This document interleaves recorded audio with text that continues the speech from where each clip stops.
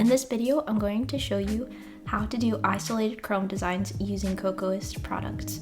A huge time saver is pulling out all the supplies you'll need when doing any nail art design. So here I already have my nails prepped, they are etched and they are cleaned. If you're working on a client, just make sure that you prep the nail bed correctly and that you remove the shine off the natural nail and apply a base coat. So today we're going to use Kokoist's color E199S, Lychee Nude, and the S means that it is sheer. With an isolated chrome design, you can use any color for the base color, but just make sure if you're using like a glitter base that it doesn't take away from the isolated chrome designs. When doing an isolated chrome design, the key components or the two products that you absolutely need are a non-wipe matte top coat and Kokoist's Markers line non-wipe color in black. And then we'll also be using Nail Thought's Chrome Classics palette. It has 6 classic chrome powders that are most commonly used within salons. And then I'm going to show you guys a couple of other tools that I use when doing isolated chrome designs, but we'll cover that as we go through the process.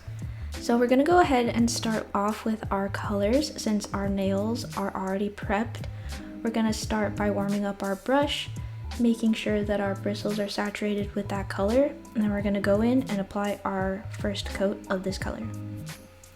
When applying a sheer color, we want to apply it with a generous amount, and this means that you don't want to apply it too thinly where you're going to see all these streaks, but you also don't want to apply it too thickly where it's just going to be bulky and it's not going to cure correctly. After the first layer has been cured, we're going to go in with a second coat of this color. And once we're happy with the way that looks, we're going to cure that for 30 seconds. We're going to grab the Velvet Matte Non-Wipe Top Coat Gel from Kokoist and apply this all over the surface of the nail. We want to apply this, again, generously, not too thin, not too thick.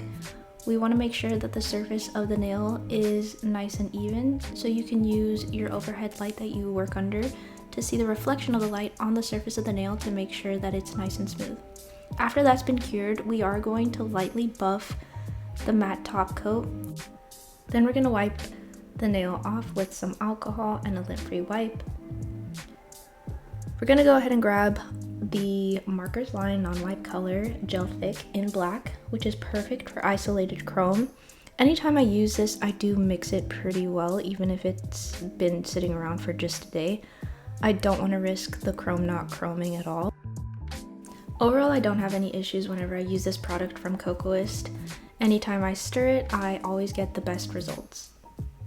Now I'm going to grab this small square brush. I think it's perfect for painting flowers. You can also use the smoosh brush from Nail Thoughts to get similar results. So instead of going in with it flat, I'm going to turn it to its side at a 90-degree angle to create those petals.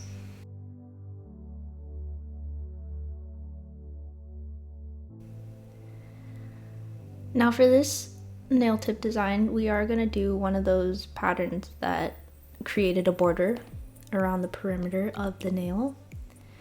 And so what I like to do whenever I do this kind of design is to start with a big flower at either corner.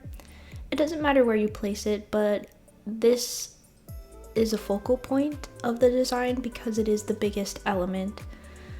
So when placing it down, you do want to make sure that you have room for all 5 petals. Another thing I like about the Markers line gel is that it has a thick consistency, right? And when you offset your brush, you get a less amount of product, right?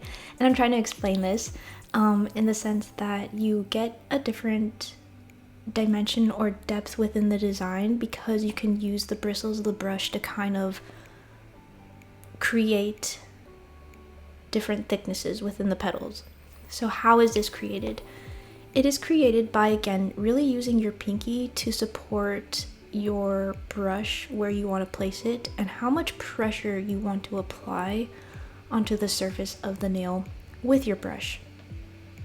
So whenever I'm doing these petals, I kind of start heavy at the end of the petal and I brush it up and lightly so that I create a different line weight. And whenever I say line weight, it's not necessarily creating or us creating a line, but maybe a detail that requires a different amount of thickness within the stroke.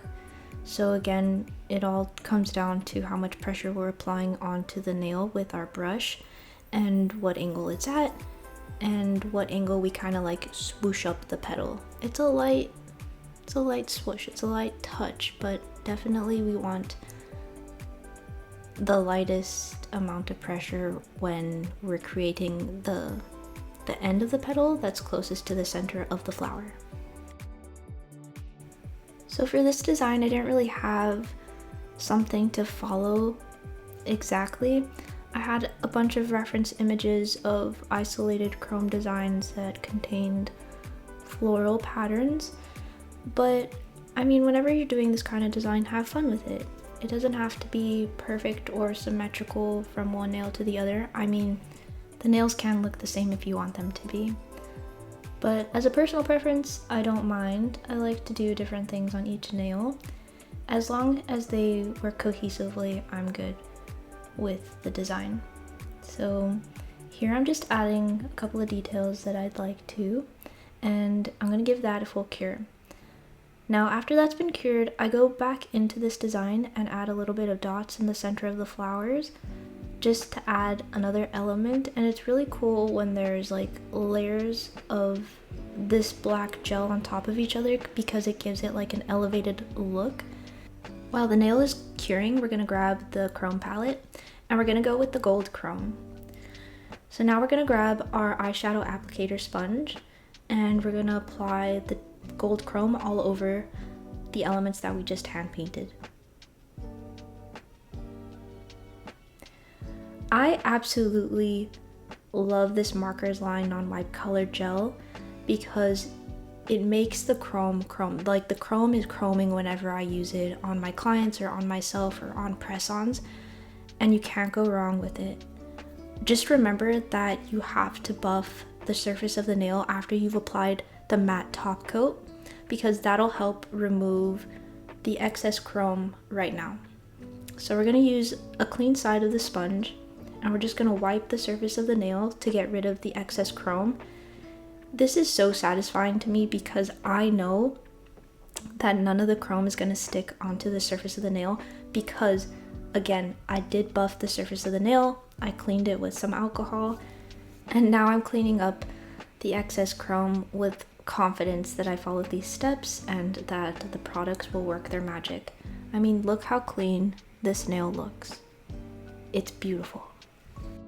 Now that the surface of the nail is clean, we don't have to pop it into the curing light because it is chrome. We didn't use any gel right now. So now we're gonna encapsulate it with some non-wipe top coat.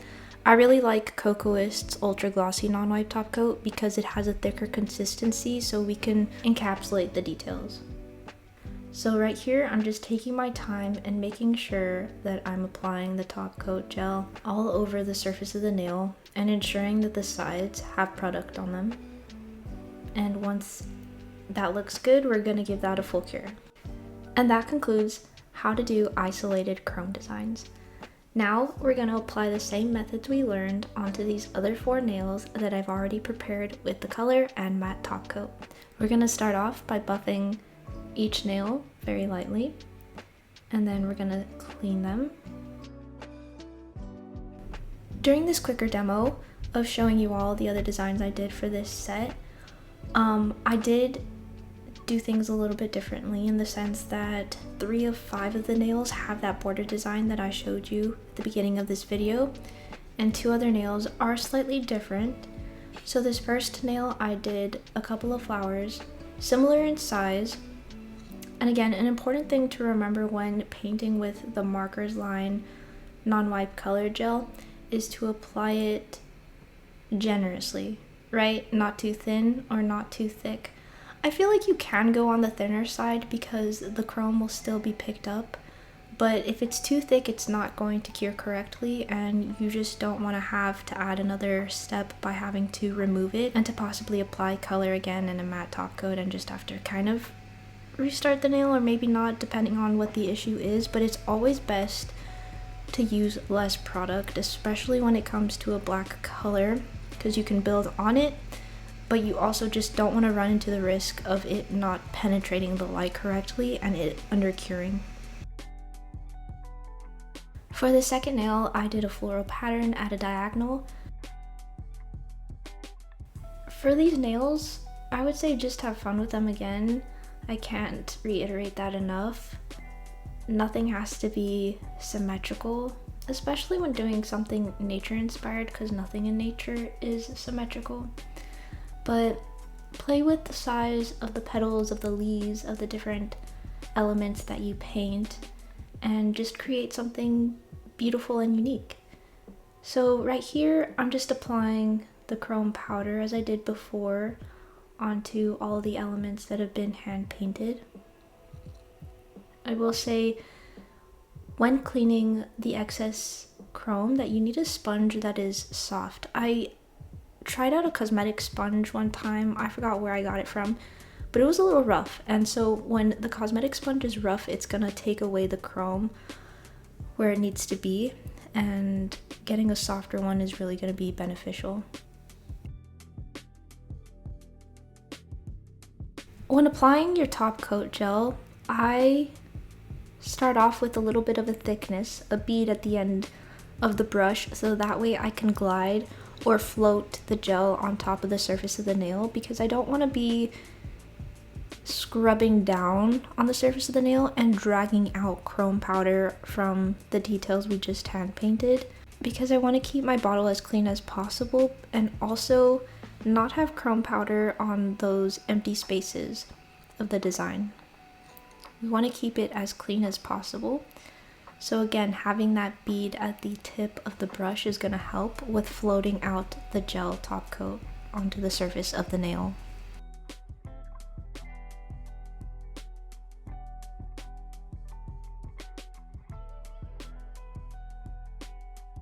I hope this video helped you all with not feeling so intimidated with doing isolated chrome designs. They used to scare me too. They were my worst nightmare, but through a lot of trial and error and finding great products, we can all now have the confidence to tackle isolated chrome nail art. If you have any questions, ask them in the comment section. This concludes the tutorial. Thank you all so much for watching, and I'll see you in the next one. If you want to go beyond the nail art with us and learn how to first master a beautiful foundation that is smooth and most importantly, long wearing, consider joining us inside the Master Gel Nails course. We'll take you step by step into applying beautiful natural nail overlays so that you don't have to spend any more time in frustration figuring it out yourself. You can check out the MGN course using the link in the description of this video, and you can also use our guest artist code below to save $50 off instantly. See you in the next one.